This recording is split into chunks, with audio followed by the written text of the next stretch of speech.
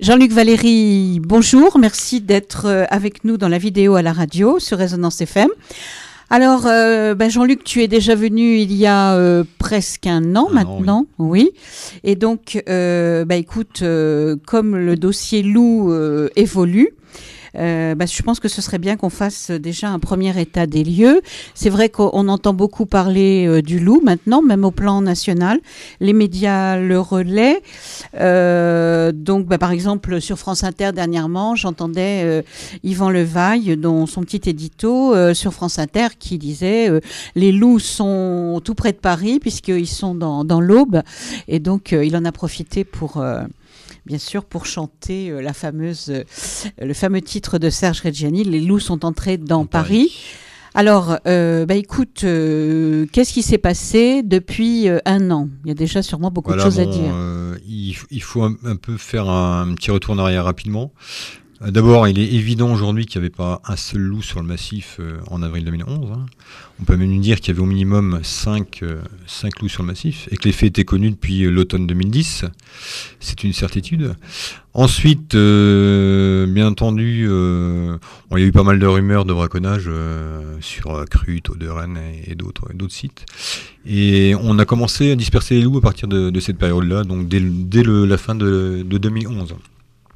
En décembre 2011, on a 2 individus qui sont sortis du groupe et en direction de l'ouest, donc de l'ouest vosgien, qui sont passés par Oreille-Maison par exemple, et qui sont arrivés en février 2012, et qui sont arrivés en mars, avril, fin mars ou tout début avril 2012 sur le secteur de Grand, Midrevaux, Sionne, Bréchinville, où les éleveurs ont été prélevés en masse.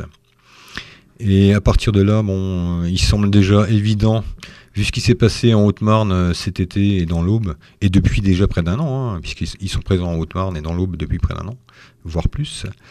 Et il est déjà évident qu'il y a eu une reproduction sur le secteur de l'Ouest vosgien dès l'année 2012. Et que les effectifs sont maintenant installés sur une zone vitale qui va de l'ouest vosgien jusqu'à l'Aube, jusqu'à Bar-sur-Aube, même un peu plus loin que Bar-sur-Aube, à l'ouest de Bar-sur-Aube. Alors ça ferait à peu près en kilomètres sur une donc distance. Ils ont parcouru entre avril 2011, retour officiel du loup, et novembre 2012.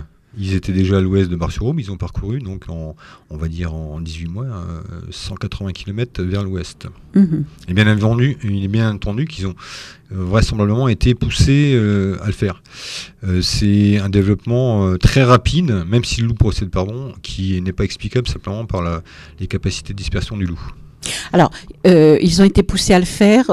Soyons prudents parce que on entend, alors que on sait maintenant, même d'une façon scientifique, que les loups sont revenus naturellement, qui se dispersent naturellement. C'est-à-dire qu'il n'est absolument pas question de parler de personnes qui ramènent des loups un petit peu partout à bord de véhicules. C'est une rumeur complètement fausse. Alors la réintroduction du loup n'a jamais existé, bien entendu. D'abord parce qu'il faut savoir que ça demanderait des moyens considérables de capturer des loups. Il y a qu'une seule personne en France qui a été formée à la trappe du loup aux États-Unis, au parc de Yellowstone. Et à l'époque, elle n'était pas formée. Donc le loup, il est arrivé en 87 dans le Mercantour et pas en 92. Donc on a menti pendant 5 ans aux éleveurs en leur disant qu'il y avait des chiens errants.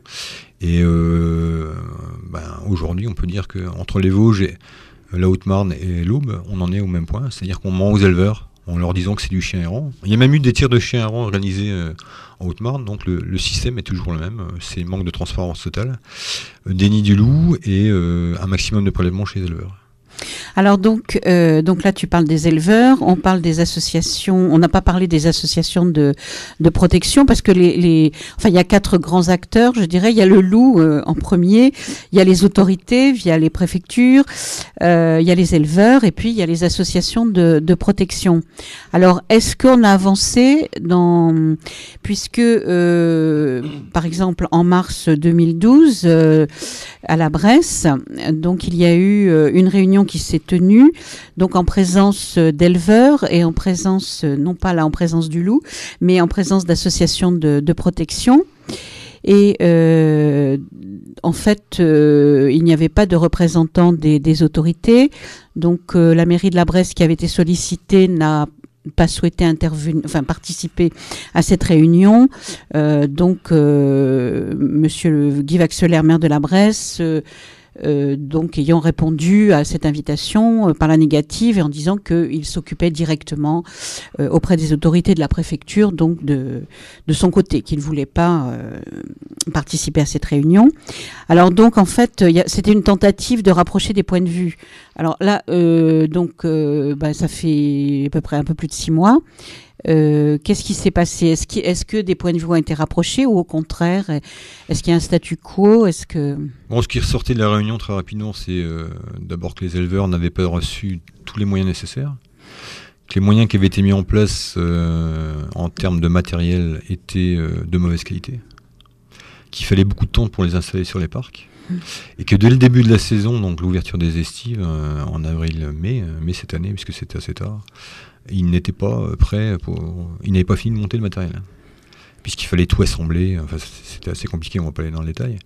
Et ce qu'on peut dire aujourd'hui, c'est que l'évolution globale, c'est que la FNSEA et la Confédération paysanne au niveau national dictent un discours totalement unique à leurs syndicalistes locaux, le discours est très simple, c'est le pastoralisme n'est pas compatible avec le loup. Pourtant, on a la preuve du contraire sur le massif. Mmh. Alors Donc, on peut expliquer, on ne va pas donner de nom parce qu'on n'est pas là pour stigmatiser les éleveurs, c'est pas du tout le but, mais à Fraisse-sur-Moselle, un syndicaliste de la Confédération paysanne, donc qui a eu ses propos dans la presse il y a quelques jours, donc le pastoralisme n'est pas compatible avec la présence du loup, a cependant mis des moyens de protection totalement à ses frais, sans passer par la préfecture. Donc des moyens de protection qu'il a mis en place. Donc un parc qui a été aménagé spécialement en cas de crise, puisque le loup se déplace, et quand il est dans un secteur, il reste 4-5 jours, et après il va se déplacer, où il peut mettre ses brebis en retrait. Il a également acheté des patous qui venaient à l'époque de la Drôme, et qui étaient au travail, donc qui connaissaient parfaitement le loup, qui était entre guillemets formé, parce qu'on ne forme pas vraiment un patou, puisqu'il travaille de manière instinctive. Et depuis 2 ans, cet éleveur, syndicaliste à la Confédération paysanne, n'a jamais été prélevé. Or, il affirme dans la presse, il y a quelques jours, que le pastoralisme n'est pas compatible avec le loup. Alors, il faudra m'expliquer, parce qu'ils sont complètement dans la contradiction. Donc, il prouve le contraire de ce qu'il affirme. Et globalement, on peut dire que la politique des syndicats de l'élevage au niveau national, c'est exactement celle-ci. Donc, en fait, tu penses que tout le travail qui a pu être entrepris pour essayer de rapprocher ces points de vue, finalement, ce n'est guère possible, parce que peut-être que certains éleveurs étaient tout à fait partants, il y a un exemple, mais qu'en fait... les pressions sont assez fortes. Il y a des pressions de tous côtés. On peut en prendre un autre exemple qui ressemble assez à ce qui se passe dans les Vosges, c'est la Lozère, où il y a une association qui a mis en place le camping au troupeau. Je pense qu'il y a des personnes qui en ont entendu parler. Et le camping au troupeau. Ouais. Voilà, donc l'association Alliance avec les loups, Manuel Altman, pour le citer, c'est le président, a proposé aux éleveurs de mettre des campeurs la nuit entre 11h du soir et 6h du matin. Donc des campeurs qui sont avec les bêtes. Des volontaires des volontaires, tout à fait. Qui s'installent et qui sont présents uniquement la nuit et qui vont faire des activités touristiques comme n'importe quel touriste local. Et il s'avère qu'il y a eu des pressions d'un syndicat qui s'appelle les Jeunesses Agricoles, et que certains éleveurs se sont dédits de leur contrat. Un en particulier. Cet éleveur a été prélevé, donc c'est dans le secteur de Langogne, je ne vais pas donner plus de précision. Il a été prélevé quelques jours après avoir dénoncé son contrat. Et il n'y a aucune déclaration de prélèvement qui a été faite à l'Office national de la chasse et de la faune sauvage. Puisque bien entendu, il était hors de question pour ce syndicat de faire savoir que suite au retrait des campeurs, ils avaient été prélevés. Donc on a fait venir simplement un vétérinaire pour être sûr que ce n'était pas des chiens du voisinage.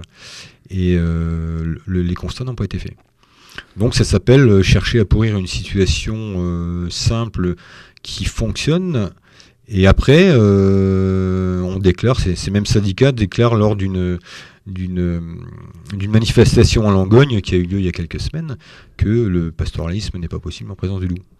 Donc là, on a bien un effet de pourrissement organisé par les syndicats d'éleveurs, et maintenant au niveau national, et alors qu'il est parfaitement possible d'obtenir des résultats intéressants. D'accord. Alors, on va écouter de nouveau une pièce musicale. Alors, bon, c'est un peu d'humour. C'est le Chœur des chasseurs, chœur CH, donc assez connu. On l'appelle aussi le Freischütz. Et c'est de Karl Maria von Weber. Et puis tout de suite après, nous entendrons un autre avis sur le retour, enfin la présence maintenant, puisqu'il ne s'agit plus de retour, de présence du loup dans notre massif, avec le maire de la Bresse, Monsieur Guy Waxeler.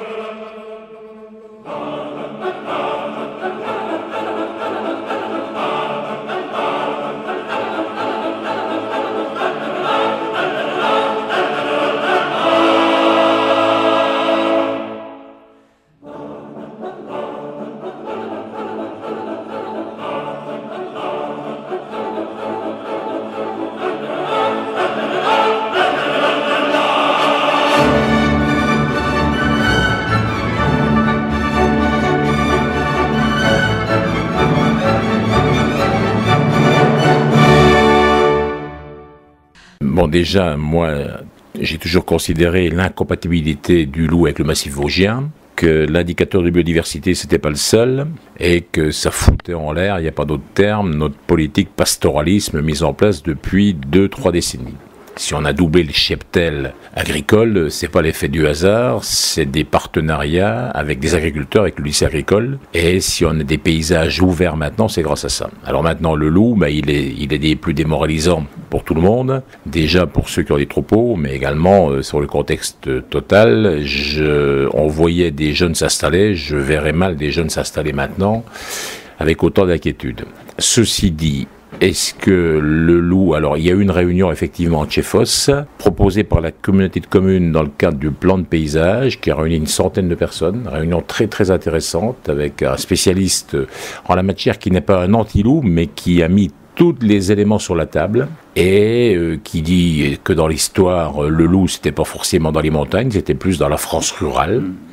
Que là, il est revenu par les montagnes venant de l'Italie parce que espèce protégée, et puis il a pu passer dans des corridors où il est plus seul, mais il n'est pas forcément adapté à la montagne. Ce que je sais, c'est que il y avait plus de loups en France il y a 25-30 ans. La directive de Berne l'a protégé. Il y avait 120-150 loups recensés en France il y a 4 ans. Il y en a 250 maintenant. Et ces 250, il y a des proliférations de dégâts de 15, 20, 25% par an. Et on a 6600 ovins reconnus attaqués par le loup, morts. Mais on a aussi, d'après ce spécialiste-là, un effet enduit de 30% qui sont soit disparus et que c'est les conséquences du loup. Donc on arrive à peu près à 9000 victimes, dont 6000 victimes ovins indemnisés. Donc à un certain coût, tout ça pour une prolifération du loup. Jusqu'où ça ira? Est-ce qu'il faudrait que le loup soit aux portes des grandes villes pour que les pouvoirs publics prennent conscience d'eux? Je m'étais un petit peu réjoui l'année dernière avec des inspecteurs généraux qui étaient venus de l'administration centrale de l'État pour faire un point en toute objectivité, et on a pris connaissance d'un plan loup au niveau national qui va dans le bon sens, puisque l'année dernière, enfin jusque 2012, il y avait 4 ou 5 prélèvements par an, maximum, c'est-à-dire prélèvement, c'est-à-dire on tue 4 ou 5 loups. Là, ils ont reconnu pour éviter la prolifération qu'il faut aller à 24. Mais le problème, c'est que si on demande à ceux qui sont pro-loups d'abattre les loups, je pense pas qu'on va atteindre le plan là. Donc il faut quand même être lucide et il faut que les ministères et les pouvoirs publics se rendent compte que quand on est au mois de septembre, octobre, et qu'il n'y a que 4 loups de prélevés, alors que le plan loup reconnu par tous les partenaires disait qu'il devait y en avoir 24, il y a un problème. Et c'est dû à quoi alors? Ben c'est du temps qu'ils ne sont pas mis dans des plans de chasse corrects, il n'y a que certaines personnes qui peuvent les tirer. Alors, et c'est pas celui qui a un troupeau d'attaquer avec son fusil à canon lisse qui pourra arriver à ça, puisqu'il peut que se défendre lui. Donc il va bien falloir, on a des plans vis-à-vis du gibier, on sait qu'ils doivent tuer pour réguler la population tant de chevreuils, tant de cerfs, etc. Donc au niveau du loup, c'est pareil, parce qu'on sait aussi que quand il y a une portée de loups, c'est pas 1 ou 2 loups qui arrivent, c'est 5-6, donc couramment. Donc à partir de là, il faut déjà appliquer ça. Et là, c'est plus que désolant de voir que ceux qui sont au niveau national, dans le cadre du plan loup, qui l'acceptent malgré tout, sur le terrain, ne jouent pas le jeu. Et la meilleure anecdote que je peux donner, j'ai lu quelque part qu'il y avait une louve qui avait été tuée, mais comme elle avait 4 ou 5 petits dans son ventre, il fallait déjà décompter les 5-6 pour les 24. Donc vous voyez la mauvaise foi qui règne. Donc voilà. Donc cette réunion de chefs, elle a été très importante. Certains ont voulu y donner un autre débat local sur les clôtures, pas les clôtures, qui n'a pas du tout sa place là, et puis qu'on a tout à fait réglé que le sujet, je le dis quand même au passage, à savoir que le conseil municipal qui a multiplié considérablement les baux agricoles pour que nos paysans aient l'assurance avec un bail agricole par la commune, ils ont l'assurance d'exploiter les terrains, mais il y a des cohabitations avec des marcheurs, avec des cueilleurs de brebelles. Donc à partir du moment où il y a des patous, chiens patous de garde qui sont mis dans ces parcs-là, on observe, mais si un jour, au nom du chien patou, on essaie de nous faire passer un message comme quoi ce sera interdit de traverser certains parcs et il faudra mettre une double clôture, j'ai dit et je le redis ici, pourquoi mentir sur mes propos, j'ai dit et je le redis que ces doubles clôtures, si un jour elle était nécessaire, ce qu'on a inclus dans les baux, eh bien elles seraient supportées dans le cadre du plan loup, non pas par l'exploitant, mais qu'après elle s'intégrerait bien entendu à l'exploitation d'un parc. Voilà. Donc après, voilà, c'est un faux débat. C'est une opposition frontale que certains veulent faire avec la commune de la Bresse, qui est pourtant le meilleur allié au niveau agricole. Il n'y a qu'à regarder le bilan. Et le meilleur allié parce qu'elle a toujours été non ambiguë en ce qui concerne le loup, mais ne nous trompons pas de débat. Ceci dit, donc je reviens à cette réunion de chefs, mis à part ce petit passage-là, mais qui a duré quelques minutes, c'est très bien passé. Et ça a sensibilisé tout le monde qu'on ne pourrait pas cohabiter dans des massifs comme les nôtres avec le loup. Et je le répète, quand je vois même des parcs nationaux, des parcs naturels nationaux comme les Cévennes, hein, eux font la même déclaration que nous en disant que le loup n'est pas du tout souhaitable sur leur territoire au fond du Massif central. Donc on n'est pas des attardés au niveau environnement pour dire que le loup n'a pas sa place. Et ça c'est trop facile d'habiter, d'être citadin proche de l'environnement et puis dire c'est pas mal s'il y a un loup là-haut. La différence c'est que au niveau des troupeaux, au niveau du pastoralisme, on n'a pas de solution. On n'a pas de solution parce que c'est pas un seul troupeau avec plusieurs milliers d'ovins. C'est X troupeaux détenus par X propriétaires qui sont dans X parcs, et il ne peut pas y avoir un rassemblement des troupeaux la nuit. Il ne peut pas y avoir une protection totale. Alors maintenant, voilà, donc ça c'est une redite, mais on est obligé de redire dans la mesure où il y a toujours des gens qui redonnent une autre information dans notre dos. Ceci dit, j'avais dit aussi qu'il fallait suivre l'évolution des attaques, et si je compare, j'ai les chiffres là sous les yeux, j'avais dit que 2011 était insupportable de chez insupportable. Il y avait quand même 36 attaques et 99 ici dans un poulain, et principalement sur notre secteur. En 2012, il y a eu 74 attaques, 142 victimes, mais il y a eu un tiers ici et les 2 tiers sur la plaine des Vosges. Et 2013, il y a eu 43 attaques sur l'ensemble du département, mais 9 dans notre territoire et 34 dans la plaine des Vosges. Et sur le massif, on a eu les 100 ou 120 brebis égorgées, comme par le passé. Il y en a eu reconnu attaque loup 15. Donc ça a diminué. Ça veut dire quoi? Est-ce que le loup s'est déplacé vers d'autres secteurs? Est-ce qu'il s'est adapté? Parce que le spécialiste loup qui est venu à la réunion de Chefos nous a communiqué beaucoup d'éléments. Dommage que j'aurais voulu que tout le monde soit là, tellement c'était intéressant. En disant, y compris qu'en France, on s'était mal pris pour le loup, parce que chaque fois, on a érigé des barrages qui s'amusent à franchir, parce que c'est un lutteur, entre lui et les moutons. Alors que la place du loup aurait pu être peut-être plus propice pour aller sur le gibier qui est en surabondance dans certains milieux. Alors que là, c'est principalement, et moi je le répète aussi, que les moutons, c'est les frigos qui sont ouverts pour le loup, quoi. Et donc de mettre des obstacles entre le loup et les moutons, eh bien, j'ai vu des photos qu'il nous a présentées, il y avait 7 loups qui étaient aux aguets, alentour d'un troupeau de 800 ou 1000 moutons, et ils attendaient, donc ils ont été chassés par le patou à un moment, mais dans la nuit, ils ont attaqué, et on a vu aussi des loups qui ont attaqué à la force d'observer, et qui ont attaqué des patous. Maintenant, un autre élément, dire c'est pas dangereux pour l'homme, c'est même un plus touristiquement, c'est une ânerie. Une ânerie, il y a des gens qui peuvent être pour le loup, mais qui arrêtent de sortir des âneries comme ça, parce que quelle personne, parents ou grands-parents, serait rassuré de laisser dans un massif des enfants ou petits-enfants là où il y a un loup à côté? Personne. Et on sait que toute bête, un chat peut vous attaquer s'il est sur une défense, un chien peut vous attaquer, le loup exactement pareil. Et notre spécialiste là nous a dit qu'aux États-Unis, il y a des attaques maintenant de loups qui sont aux portes de ville vers les hommes, et il y a eu des morts d'hommes à cause du loup. Mais ça ne se dit pas dans les chaumières parce que c'est pas communicant pour ceux qui font passer un message. Donc il y a un risque. Donc à partir de là, soyons clairs, si on veut défendre une cause, si belle soit-elle, encore faut-il mettre tous les paramètres sur place. Donc voilà, alors, donc les attaques sur le massif ont été divisées par 3, par 4 à peu près de l'ordre là avec les victimes, on ne peut que s'en réjouir. Maintenant, est-ce passager, est-ce durable? Est-ce que le loup, qui est apparemment pas mal parti quand même des loups sur la plaine, et voire ils sont à la limite de la ville de Bar-sur-Aube, d'après le plan que j'ai au niveau des attaques, et il y en a pas mal.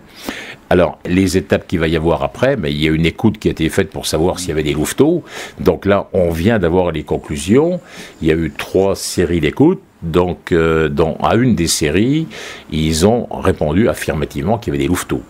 Parce qu'ils envoient un signal son d'un certain niveau, et ils ont des bruits en retour de loups et des bruits qui sont un peu différents venant de louveteaux. Donc ça vient de nous être confirmé.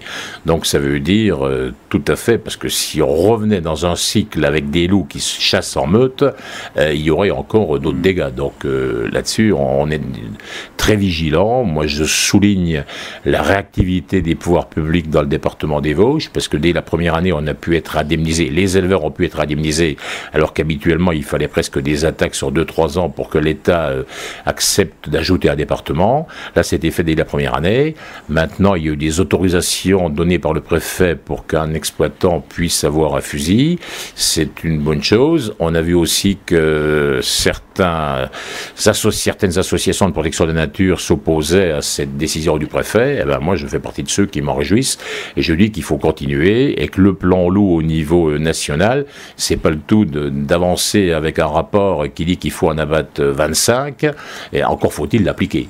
parce qu'autrement on va vers des problèmes énormes. Donc à suivre avec attention. Alors après le chœur des chasseurs, le Freischuss de Weber, donc nous avons entendu l'interview de Monsieur Guy Vaxelaire. Donc c'est vrai que j'avais sollicité donc Madame Marie-Thérèse Jean-Pierre, qui est la maire adjointe chargée de l'agriculture, de la forêt et de l'environnement. Donc, je crois qu'elle a souhaité laisser la parole à Monsieur le maire. C'est dommage, mais bon. Donc, Jean-Luc Valéride va donc réagir aux propos de Monsieur le maire. Il est important aussi d'avoir des opinions différentes sur ce point de vue de ce dossier du loup. Et alors, première chose, le loup est incompatible avec le pastoralisme. Bon, je vous ai expliqué tout à l'heure ce qui s'était passé à Fraisse-sur-Moselle. Hein. Donc, quand on est protégé, on n'a plus de prédation. Et il faut savoir que sur Ventron, Cornimont, il n'y a plus de prédation non plus. Hein. Alors que les moyens qui sont mis en place sont encore désuets, on peut dire. Tous les moyens ne sont pas mis en place.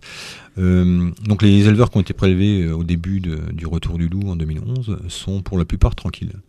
En dehors de ce qui se passe à la Bresse, où on a un patou sur 90 hectares pour 5 kilos, il est bien entendu qu'il n'est pas possible de se protéger dans ces conditions, qui ne sont pas les bonnes, surtout avec une clôture 3 fils, alors qu'il a été dit à la réunion du 8 mars en présence des éleveurs, et ils étaient tous d'accord avec les faits, qu'il fallait au minimum une clôture 5 fils, type Spider 5 fils, donc, qui était beaucoup plus efficace. Éventuellement avec une double clôture posée à partir d'un fil à mouton, là où il y a quelques bois ou trop de végétation qui permettent au loup de s'infiltrer sans qu'il soit vu, quoi. Donc il y a des différents procédés à mettre en place, et plus on met de procédés différents, plus on met de freins et moins il y a de prédation. On a encore quelques prédations sur sol sûr, mais c'est en nette régression. Il est bien entendu qu'il y a des effectifs qui ont quitté le massif, donc forcément la difficulté est moins importante. Donc il sera d'autant plus facile de se protéger si on y met les moyens. Et on a une reproduction cette année, donc si on reste sur alors on y reviendra. Hein, on y reviendra. Oui, on en reparlera tout à l'heure. Oui. Pour ce qui est le loup revenu d'Italie, non, le loup vosgien, il est venu de Suisse. Même les gardes suisses l'ont confirmé en début d'année dans la presse suisse. Hein. Donc, Monsieur Guy Vaxelaire parle de prolifération du loup avec 25% d'effectifs en plus, c'est faux. Hein. Le taux de progression est de l'ordre de 12,5% pour les 5 années à venir. Il a été plus élevé auparavant puisque les meutes n'étaient pas installées sur les Mercantours et dans les Alpes. Et une fois que les effectifs sont installés, bien entendu, la progression régresse fortement puisqu'il n'y a plus de place pour tout le monde. Hein. Donc le loup régule le loup. Et une fois qu'il est installé, il y a concurrence entre les meutes et il n'y a jamais de prolifération dans tous les cas, quoi. Alors, Monsieur Guy Vaxelaire parle de 9000 victimes, avec 30% de disparus. Bon, là, c'est complètement faux. Les éleveurs sont... Alors, oui, ce qui semble, ce qui peut interpeller, je pense, nos auditeurs aussi, c'est que comment se fait-il qu'il y ait autant de disparités entre les chiffres, hein? Donc, ça veut dire qu'il n'y a pas de source. Il y a plusieurs sources.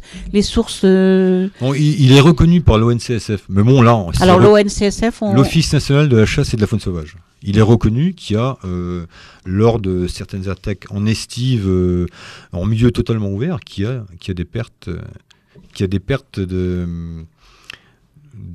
qui sont dues aux prédations du loup. Mais bon, elles sont estimées à un maximum 20%, en sachant que elles sont compensées à hauteur de 10% seulement. Donc, à chaque fois qu'il y a une attaque sur un troupeau, on va dire qu'il y a 10% des brebis qui ont disparu, et elles sont compensées alors qu'il n'y a pas de cadavre. Il n'y a pas de cadavre, quoi. Et donc 30%, c'est bien entendu 3 fois plus que ce qui est versé aux éleveurs. Et je pense que si c'était exact, il y a longtemps que les éleveurs toucheraient 30%. Et il faut savoir que les disparitions ne sont pas systématiques non plus. Hein. Donc il faut rester dans la retenue dans ce genre de commentaires.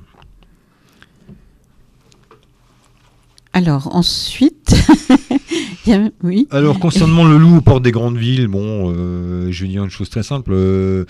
La grand-mère de votre grand-mère, quand elle allait à l'école à pied, elle croisait le loup très souvent, en campagne, et elle est toujours revenue. Hein.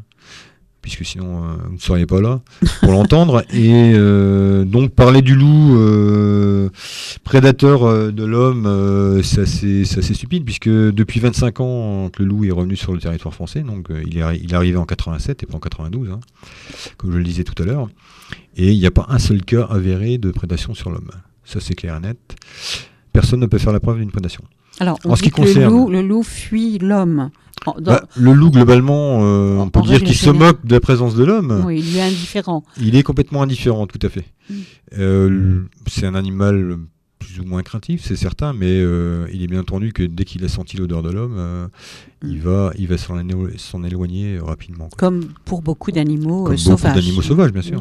Et en ce qui concerne les statistiques US qui sont reprises par M. Vaxeler... Alors, statistiques US... Ouais, il parle de prédation aux États-Unis. Oui, c'était... Donc, les prédations aux États-Unis, il faut savoir que, elles sont dues au nourrissage des animaux sauvages, première chose. Ce qui engendre... alors, il n'y a pas que le loup, hein, il y a le coyote aux États-Unis. Ici, il y a les sangliers, par exemple. Voilà. Donc, c'est dû d'abord au nourrissage des animaux. Ensuite, il faut savoir qu'il y a des gens qui essaient de caresser ces animaux quand ils sont nourris, quoi, et ce qui implique des morsures. Et il y a aussi des histoires de trappes sur le loup, hein, de chasse au loup, qui finissent parfois mal par des accidents de chasse, et on a des fois des consommations sur des cadavres humains. Ça peut arriver. Et bon, un dernier exemple, on avait dans un camping à Yellowstone un loup qui a été tiré parce que, soi-disant, il s'approchait du camping. Et ce loup a été tiré parce qu'il a ramassé un ballon.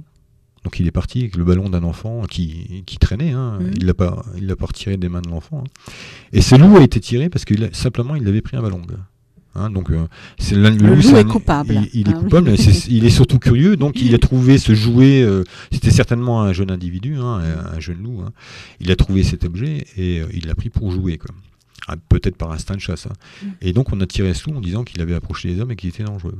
Simplement parce qu'il avait volé un ballon, entre guillemets. Voilà, c'est ce qui se passe aux États-Unis. Et donc, tous les comptes rendus qui sont faits aux États-Unis ils expliquent que la prédation du loup sur l'homme, c'est quelque chose de très exceptionnel et dans des circonstances que j'ai expliquées.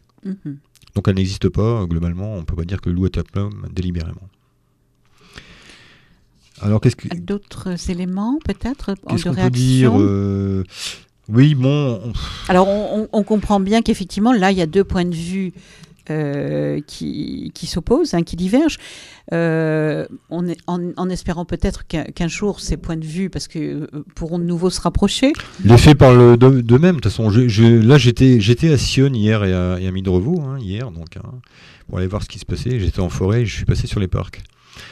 Donc sur la commune de Sionne, actuellement, il y a une vingtaine de brebis de réforme qui sont placées dans un parc sans aucune protection, absolument rien, en lisière de forêt.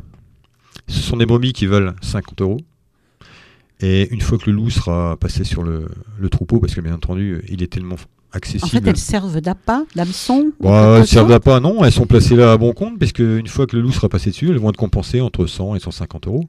Donc c'est une affaire très juteuse pour l'éleveur qui a passé ces réformes, au lieu de les faire abattre pour 50 € pièce, quoi. C'est-à-dire que là, ce que tu ce que je dis, c'est qu'on nourrit le loup et que l'éleveur en profite, sans mettre un seul moyen de protection en place. Donc c'est inadmissible. Donc quand M. Vaxeler dit que le loup franchit tous les barrages, non, il franchit aucun barrage. Le loup consomme de l'ovin parce qu'il est très facilement accessible et qu'on n'a pas mis les moyens nécessaires en place. On aura dépensé, je pense, à la fin de l'année 2013, près de 200 000 €. Et avec en compensation pour 75 000 € en matériel pour le reste. Enfin, il y a différents secteurs de budget. Mais avec ces 200 000 €, actuellement, on aurait pu mettre tous les éleveurs en protection.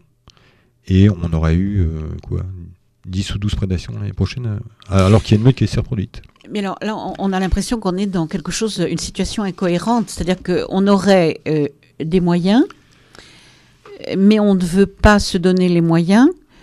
Les uns ou les autres ne souhaitent pas se donner ces moyens.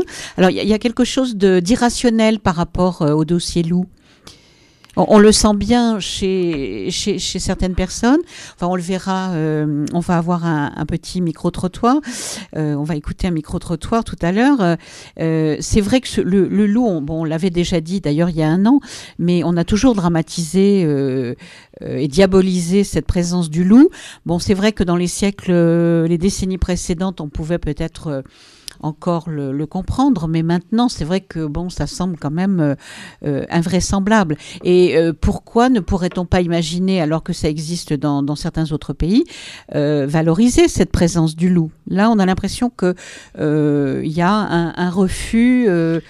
Comment tu c'est ce que je disais tout à l'heure, Annie. On cherche à pourrir la situation vis-à-vis de la présence du loup. Bon, c'est le travail des syndicats actuels, c'est le travail de certains élus. Alors, qu'est-ce qu'on cherche? On cherche en fait à déprotéger. On cherche à prouver, à contrario, que la présence du loup nécessite des tirs et qu'il faut éradiquer au maximum. Alors que dans les faits, je vais en parler 2 secondes. J'ai lu il y a quelque temps une étude qui date de 2011 qui a été réalisée sous l'égide de l'ONCSF et qui prétend que plus les effectifs d'une meute sont importants et moins les prélèvements sur les ovins plus ils deviennent faibles. Alors, oui, ça c'est intéressant. Donc plus la meute est forte, plus elle prélève en forêt sur du grand gibier, et moins elle est forte et plus elle prélève d'ovins. Donc c'est-à-dire que la politique actuelle qui prétend qu'il faut limiter une soi-disant prolifération, elle implique de tirer du loup, donc des effectifs qui sont présents en meute maintenant dans les Vosges, et qui auront pour conséquence de renvoyer la meute, enfin ce qui restera du groupe, si on en tire 1 ou 2, vers les moutons.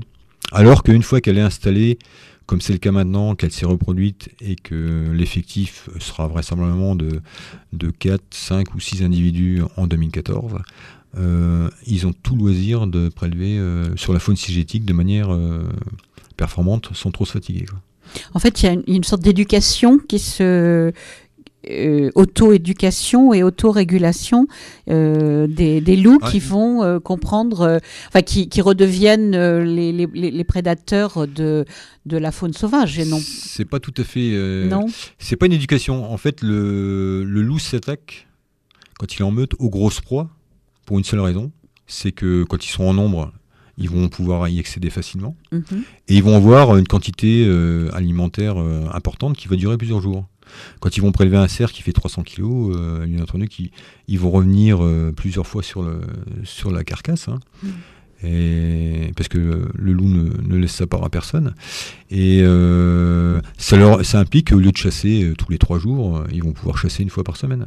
Donc ils vont dépenser moins d'énergie à la chasse et ils vont profiter au maximum de leur chasse. Et donc tirer du loup sur de la meute en place, c'est renvoyer la meute vers les moutons. Alors, Jean-Luc Valéry, donc notre invité dans la vidéo à la radio, réagissait aux propos donc de Monsieur Guy Vaxelaire, maire de la Bresse. Nous allons maintenant écouter le micro-trottoir qui a été réalisé par Eric et Outoumia, Partoumia. Et donc on a interrogé donc des enfants sur le loup et sur la présence du loup sur notre territoire. Avant de vous quitter les enfants, un dernier sujet concernant le loup. Je veux savoir ce que vous pensez un peu de la présence du loup à Ventron ou à Cornimont à la Bresse. Et si c'est bien que le loup soit ici.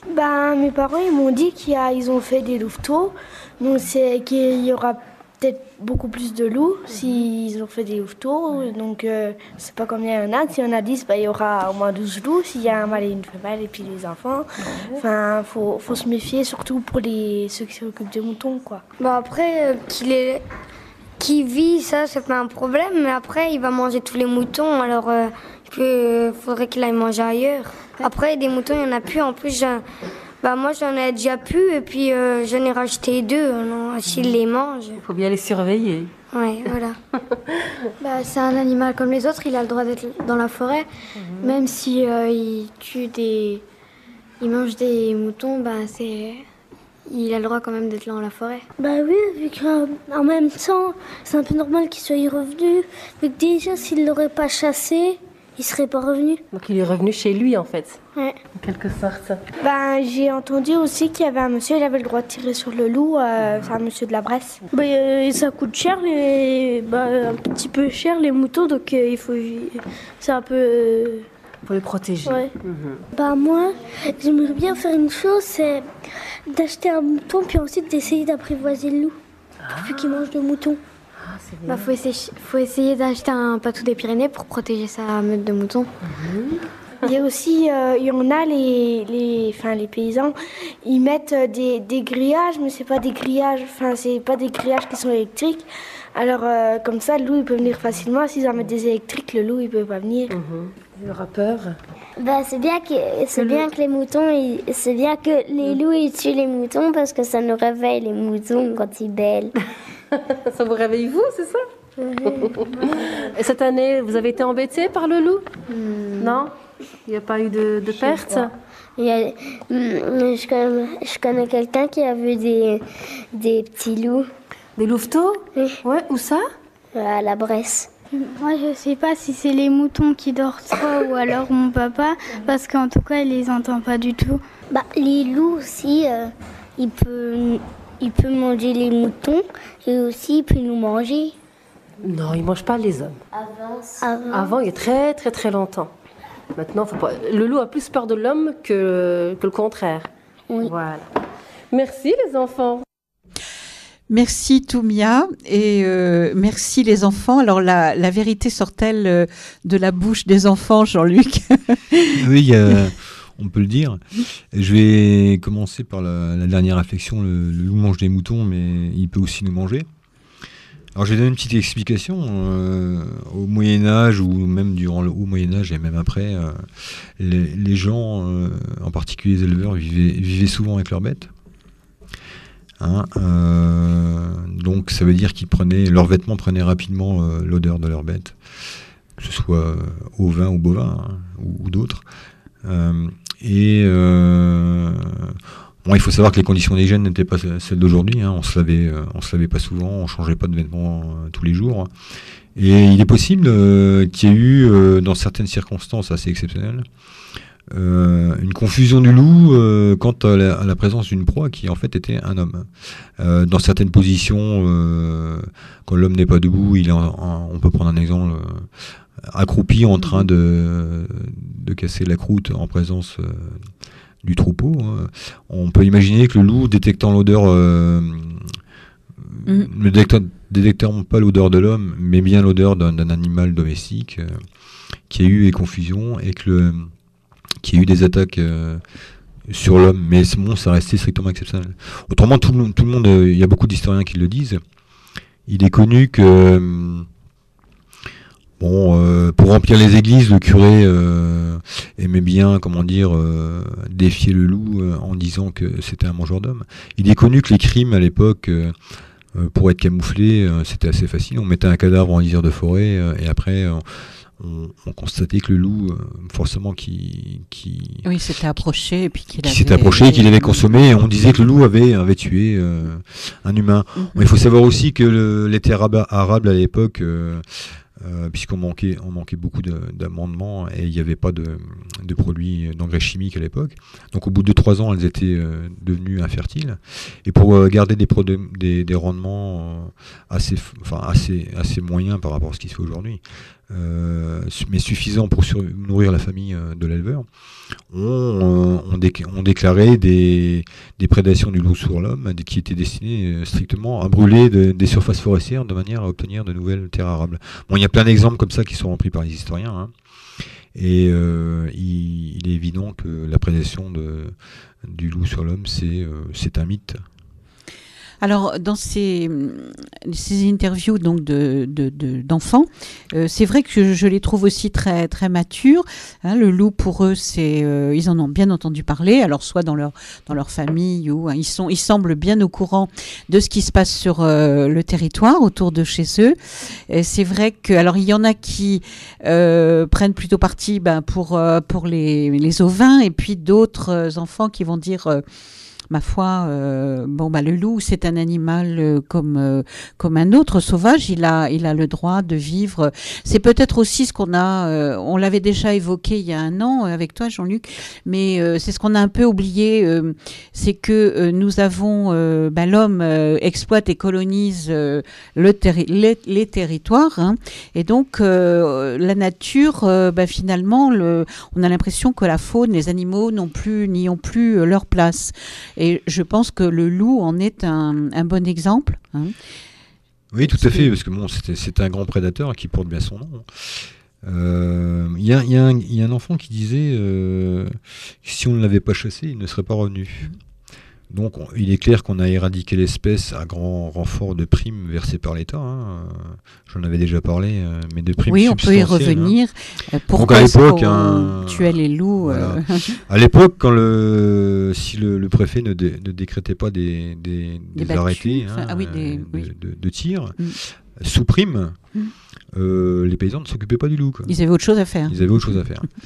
Donc c'est la preuve qu'ils n'étaient pas trop ennuyés et qu'ils avaient l'habitude de cohabiter. De cohabiter, tout à fait, avec le loup.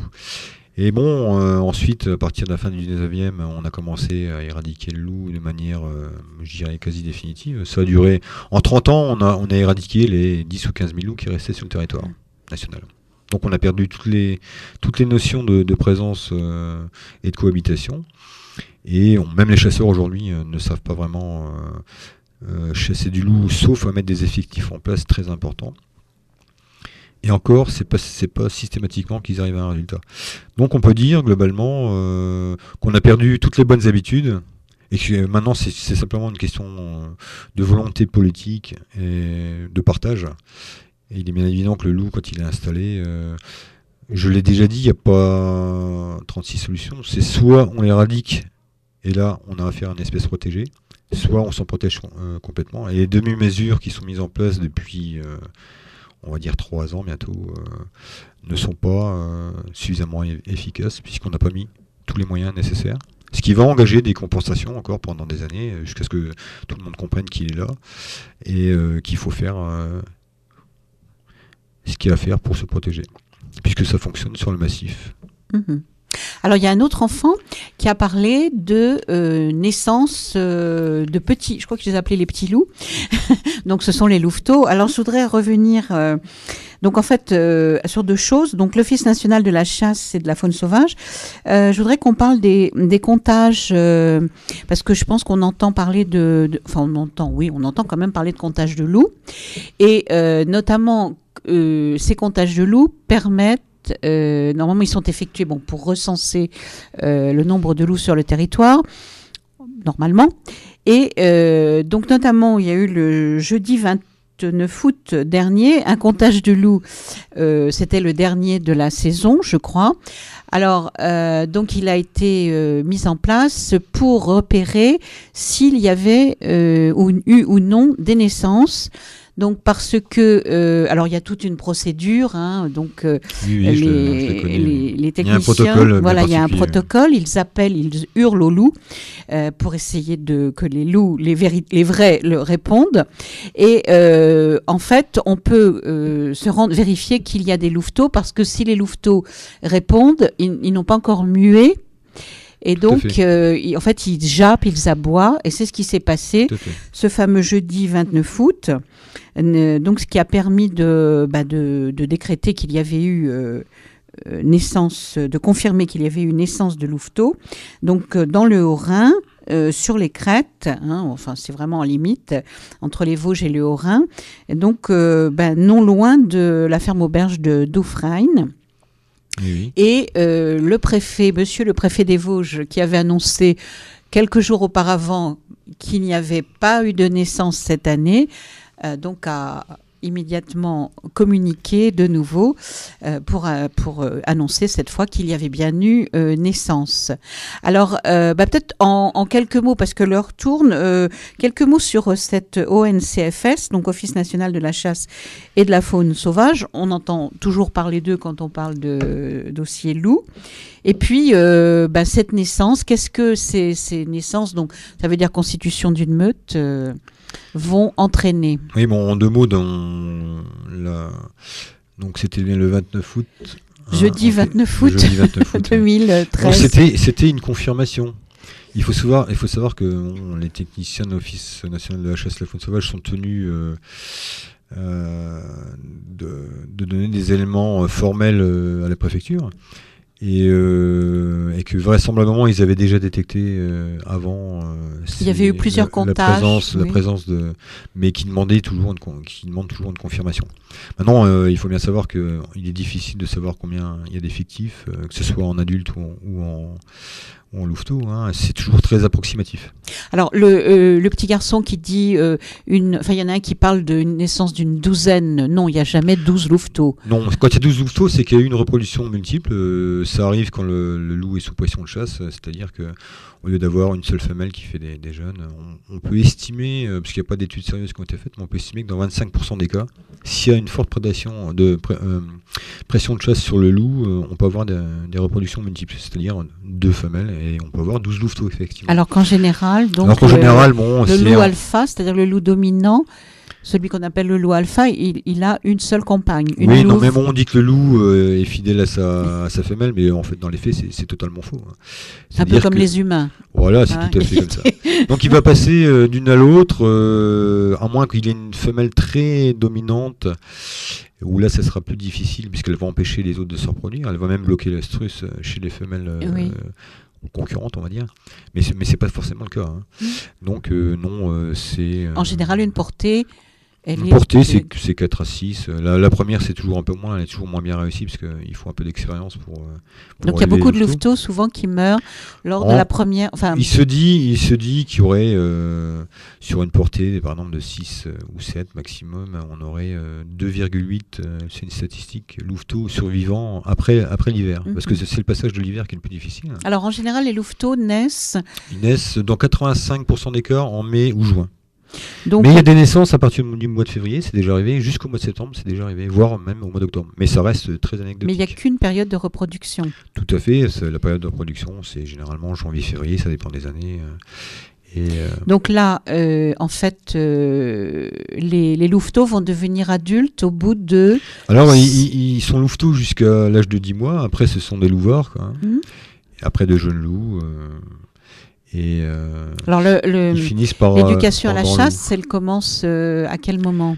Alors du moment ils sont sevrés à l'âge de 5 semaines, donc ils commencent à consommer des produits carnés qui sont régurgités par les adultes du groupe à partir de 5 semaines, 5-6 semaines maximum.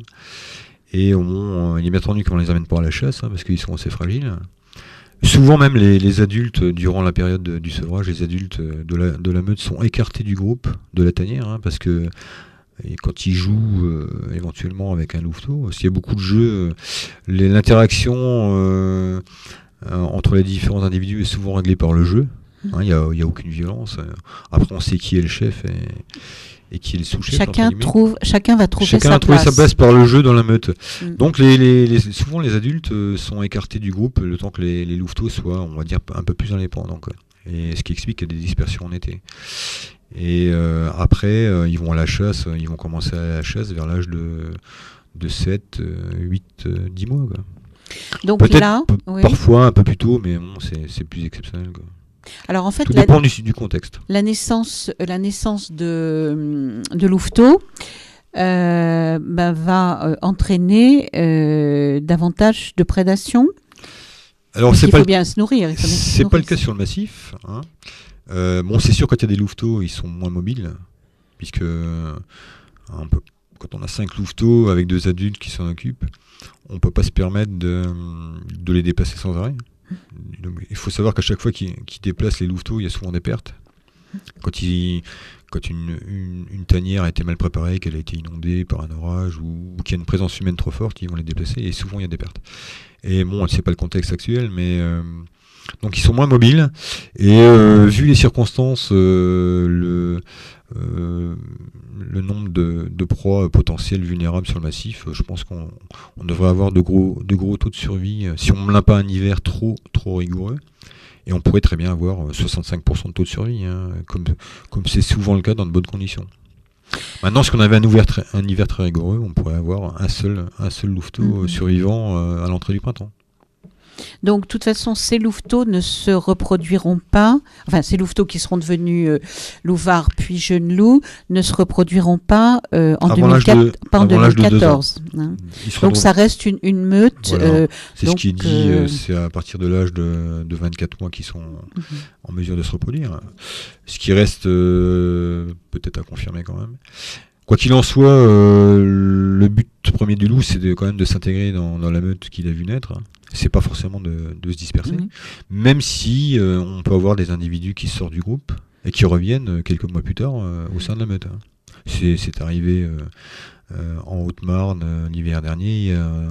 Il y a vraisemblablement 1 ou 2 loups qui étaient issus de l'Ouest vosgien, qui étaient passés en Haute-Marne et dans l'Aube, qui sont descendus jusque dans le Morvan, qui ont prélevé pendant 1 mois et demi certainement un seul individu, en janvier-février, dans le Morvan, en Bourgogne, jusqu'en Bourgogne, et qui sont remontés après en Haute-Marne, et qui ont été poussés par les différents tirs organisés par les 2 préfets, tirs de chiens errants vers l'est du département et l'ouest, donc en direction des Vosges, en direction de la région parisienne. Alors en une nuit, un loup peut parcourir combien de kilomètres de distance on dit que le loup, en moyenne? C'est sûr, c'est un animal, un grand trotteur. On dit qu'il peut faire 100 km dans la nuit, mais bon, le loup ne se dépasse pas en ligne droite, il triangule. Donc, pour se déplacer de 5 ou 6 km sur un azimut déterminé. Il balise son territoire, c'est voilà, ça il va exploiter toute la surface, la zone vitale. Elle est sectorisée, cette zone vitale. Donc il va se déplacer de 4-5 km à peu près en distance, en azimut, tous les 3-4 jours. Mais il va pour se déplacer en triangulant, il va faire 20, 30, 40 km dans la nuit. Mais il va se déplacer que 4 ou 5 km vers un point ou un autre. Alors, encore une pause musicale. Donc, on va essayer d'enchanter les loups. Donc, c'est Mozart, la flûte enchantée.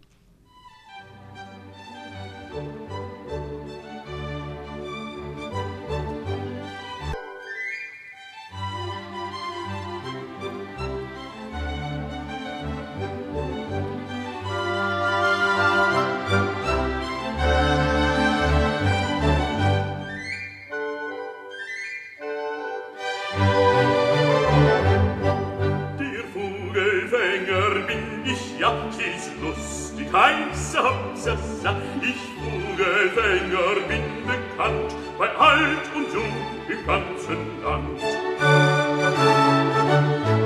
Weiß mit dem Locken umzugehen und mich aufs Pfeifen zu verstehen.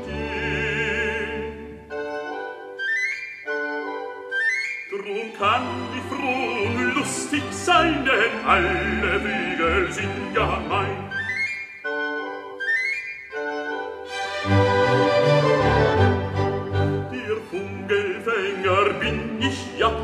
Lustig heiße Hopsasa, ich Vogelfänger bin bekannt, bei alt und jung im ganzen Land. Ein Netz für Mädchen möchte ich fing sie dutzendweis für mich. Dann sperrte ich sie bei mir ein und alle Mädchen wären mein.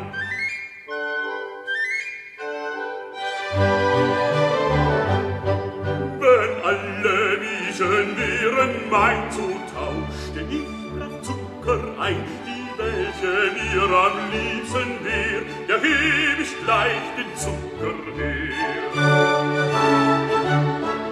Und küsste sie mich zärtlich, dann wär sie mein Weib und ich ihr Mann. Sie schlief an meiner Seite ein, ich biete wie ein Kind sie ein.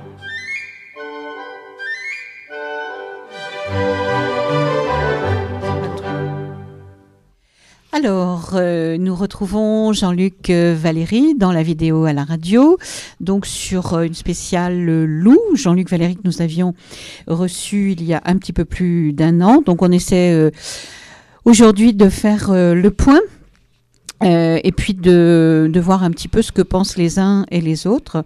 Je crois que c'est important d'entendre des avis différents. Et puis, si possible, d'avoir les bonnes informations, les bons chiffres. Alors, Jean-Luc, j'aimerais que tu nous parles de l'Observatoire du loup que tu as créé récemment. Voilà, tout à fait. Il a démarré il y a 2 mois. Alors, c'est un observatoire sur le Alors, le but de département, l'observatoire, c'est au niveau national. Hein, donc, il est au niveau national. Voilà, tout à fait. Bon, c'est un regroupement de spécialistes dans différentes matières. Hein, c'est assez divers. Le pastoralisme, on a des statisticiens, géographes, éthologues, des spécialistes de comportement du loup, des spécialistes de chiens de protection, des bergers également. Et entre autres. Et donc le but, c'est de collecter de l'information sur la présence du loup, d'essayer de comprendre sa dispersion et de faire de la prospective de développement. Alors, il n'y avait pas d'observatoire jusqu'à présent ou... Non, actuellement, les seules personnes qui observaient au niveau national, c'était exclusivement l'Office national de la chasse et de la faune sauvage, qui fait beaucoup de rétention au niveau de l'information, hein, puisqu'on a des données avec des fois des délais de 2 ans d'écart entre les faits et l'annonce des faits.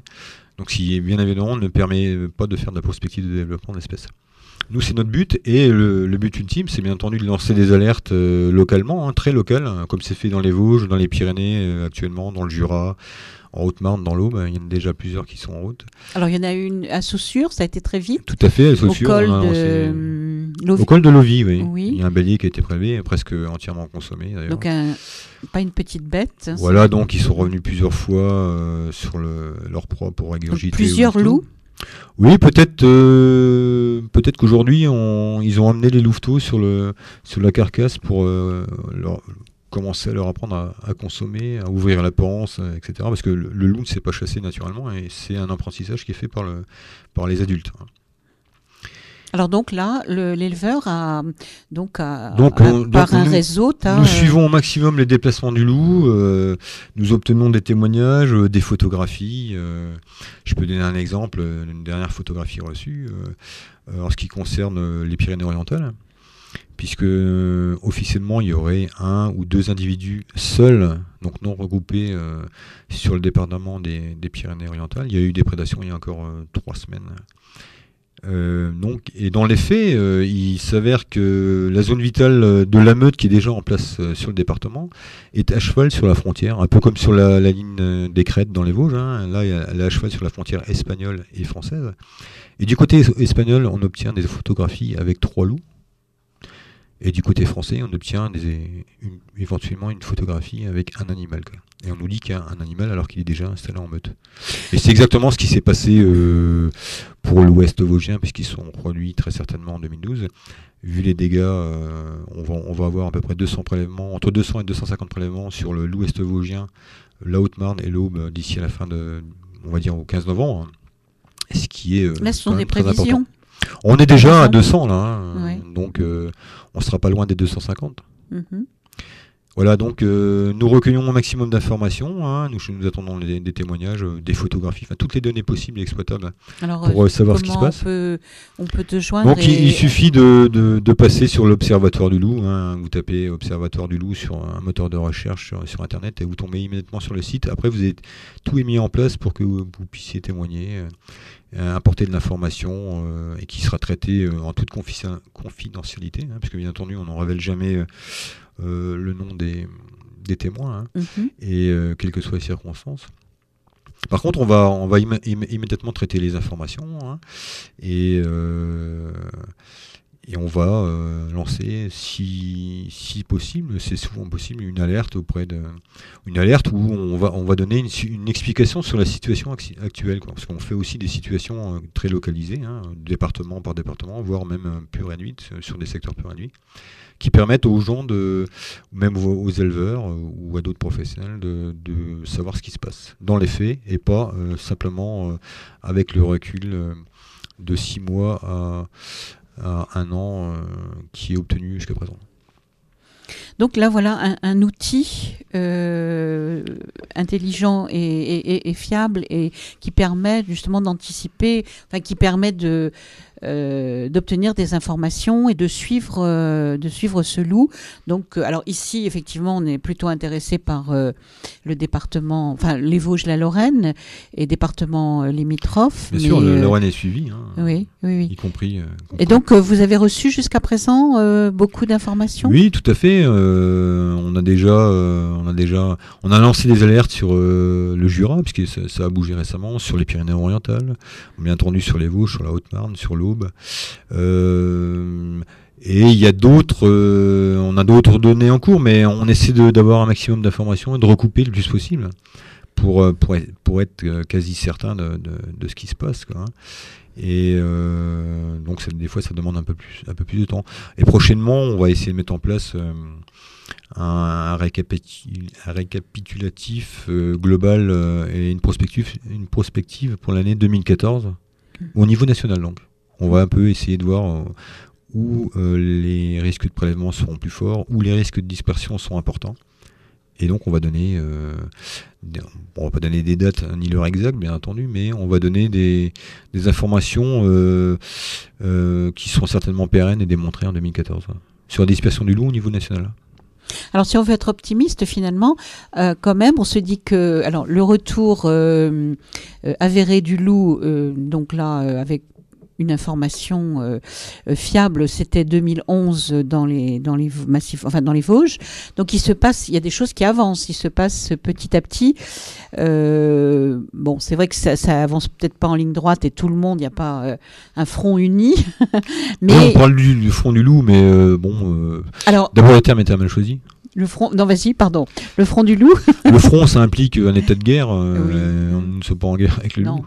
C'est malheureusement un terme qui est utilisé par certaines associations de défense des grands prédateurs, ce qui est un peu regrettable. Enfin bon, je pense que tout le monde commence à comprendre que leur communication est pas forcément la bonne. Et donc il est clair que nous sommes en dispersion, en phase de dispersion.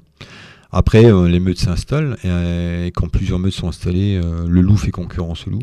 Et c'est comme ça que les effectifs et les nombres de naissances régressent. Et comme c'est habituel dans un écosystème qui fonctionne bien. Alors, dernière information, Jean-Luc Valéry, avant que nous terminions cette émission. Donc, une information émanant donc, du préfet des Vosges à propos du comité loup. Alors, avant le comité loup, le préfet des Vosges a annoncé qu'il y avait un 3e individu qui avait été détecté sur le massif, donc à partir de relevés ADN en 2012, et que cet individu était passé dans l'ouest vosgien également, puisqu'il a été détecté là-bas, et ce qui prouve, comme depuis le début, que tous les effectifs qui sont en dispersion vers l'ouest viennent du massif vosgien. Ils ne sont pas tombés du ciel, ils ne sont pas arrivés du Jura ni d'ailleurs, ils sont bien arrivés du massif vosgien. Et c'est d'ailleurs une phase de dispersion tout à fait classique, c'est-à-dire remonter vers le nord, dispersion vers l'ouest, et après les effectifs redescendent vers le sud. Et après on repart vers l'ouest éventuellement, on remonte vers le nord, etc. Et c'est comme ça qu'on arrivera jusqu'en Bretagne. Et en région parisienne prochainement. Et pour ce qui est de la décision du comité loup, suite à différentes actions de biodiversité 88, il semble que monsieur le préfet Payet ait compris qu'il fallait investir sur l'accompagnement des éleveurs, sur plus de moyens pour se protéger du loup, parce qu'ils ne sont pas efficaces pour l'instant, ils ne sont pas suffisants. Et donc il a décidé de ne pas pratiquer le tir renforcé de destruction ou le tir renforcé de défense avec des armes plus performantes. Et c'était une excellente bonne nouvelle, oui, comme quoi donc les esprits, il y a un cheminement aussi, il y a une évolution. Et je pense que... Alors c'est vrai que les enfants, peut-être les plus jeunes, nous le montrent davantage que les plus anciens. Ils ont fait les bonnes réflexions. Alors c'est vrai que pour avoir interrogé, d'une façon comme ça très très très ponctuelle, des jeunes étudiants de l'IUT de Saint-Dié lors du FIG, donc dans la même ville. C'est vrai qu'un groupe il y avait 8 personnes, 8 jeunes, 8 étudiants et puis 5 de l'autre. La plupart n'étaient pas au courant d'ailleurs de la présence du loup dans le massif vosgien. Et quand donc j'ai poussé un petit peu plus le questionnement, vraiment la majorité disait que le loup avait sa place dans cette nature et que eux ils voyaient pas pourquoi le loup devrait être exterminé une nouvelle fois, hein. Et je pense que peut-être que pour beaucoup aussi, et c'est vers cela peut-être qu'il faudrait tendre, imaginer donc aussi bien pour le tourisme que pour le pastoralisme, de valoriser cette image du loup, comme l'image du lynx a été valorisée dans le Jura, et ne pas en faire au contraire un point une pierre d'achoppement en disant en fait non, on n'en veut pas, et puis je crois que si le loup est revenu, il faut peut-être aussi qu'on se pose des questions, hein, par rapport à notre relation à la nature. Tout à fait. Et bon, pour conclure, je dirais que depuis le retour du loup en 87 sur le territoire national, les espèces proies sauvages, donc chevreuil, mouflon, cerf, chamois, sangliers et d'autres, plus petites proies, les effectifs n'ont globalement fait que d'augmenter. Donc on ne peut pas dire que le loup est un destructeur. Là c'est par rapport aux chasseurs. Par rapport aux chasseurs, je pense qu'ils commencent à le comprendre. Et il est bien entendu que le loup fait varier les effectifs d'une espèce à l'autre, parce qu'il va passer d'une espèce à l'autre au fil du temps. Mais globalement, les effectifs sont plutôt en augmentation. Et donc, il a un effet, on dit de régulateur, oui, c'est plutôt un effet variateur, et qui implique une dispersion des effectifs, donc moins de concentration à certains endroits, donc une meilleure régénérescence de la forêt, l'apparition de plantes qui avaient disparu, voire de micro-mammifères qui avaient disparu, qui vont, ces micro-mammifères, une fois qu'ils ont repris place, qui vont servir de proie aussi après au loup. Et là, on aura fait un cycle complet d'un système qui fonctionne bien. Merci Jean-Luc, Valérie, de nous avoir éclairé sur les problématiques donc du dossier loup. Merci à Monsieur Guy Vaxelaire, maire de la Bresse, qui a bien voulu répondre à Eric sur ce dossier loup. Merci aux enfants de Ventron, interviewés par Toumia. La vidéo à la radio s'achève. Merci Eric qui était à la technique. Bon après-midi à toutes et à tous. Merci de nous avoir écoutés sur Résonance FM.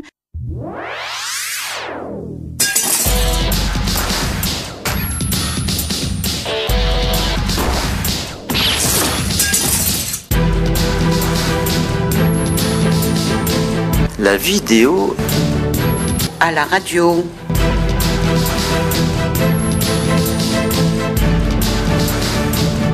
La vidéo à la radio.